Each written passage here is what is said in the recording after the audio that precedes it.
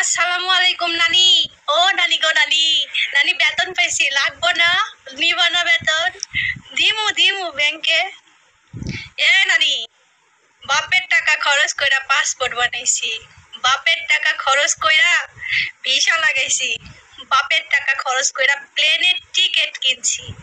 আমার টাকা আমি ব্যাংকে পাঠাবো কি বিকাশে পাঠাবো কি হুন্ডিতে পাঠাবো সেটা আমার নিজের ব্যক্তিগত ব্যাপার।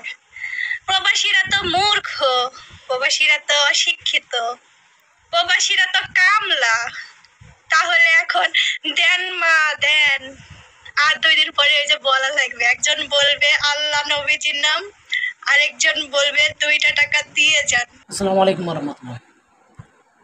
দোস্তর, একের পর এক প্রবাসী ভাইয়েরা সতর্ক বার্তা দিচ্ছে ভিডিওর মাধ্যমে।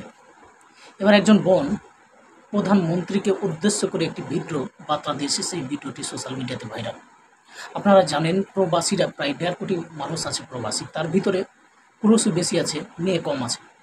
এবার মেয়েদের থেকেও প্রতিবাদ শুরু হয়েছে, তারা রেমিডেন্স পাঠাবে না এমন প্রতিবাদ করছে। তো আসুন আমরা এই বোনটির কথাগুলো আমরা একটু শুনি। আসসালামু আলাইকুম নানি। ও নানি গো নানি, নানি বেতন পাইছি, লাগবো না? নিব না বেতন? দিমু দিমু ব্যাংকে।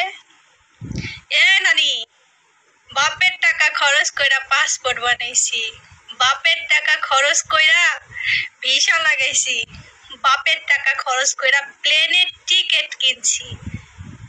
নিজের শরীরের রক্ত পানি করে এইখানে ইনকাম করতেছি।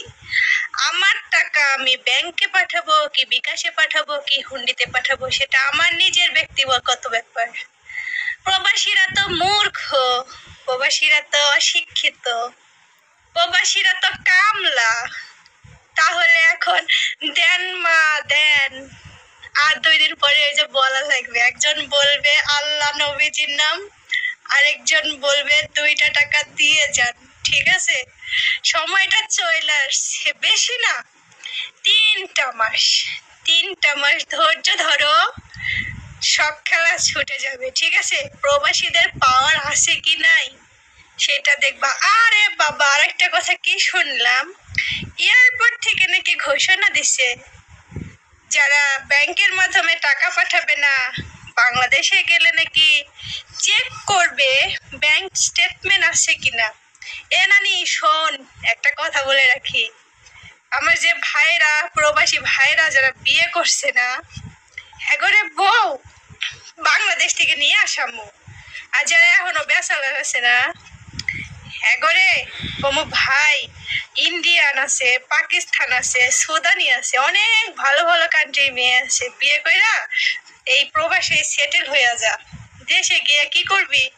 দেশে যাওয়ার দরকার নেই, দেশে গিয়ে মানুষের পাচাটার থেকে প্রবাসী, এখানে প্রবাসী অনেক মেয়ে আছে, এমনকি যে যে দেশেই আছে না কেন সেই দেশেরও অনেক মেয়ে আছে বাঙালিদের বিয়ে করার জন্য দাঁড়ায় থাকে। ঠিক আছে, ভাইদের বিয়ে দিমু, আর বোনদের যাদের বিয়ে হয়নি তাদের বিয়ে দিমু, যাদের বিয়ে হয়েছে তাকে জামাই নিয়ে আমু, শেষ।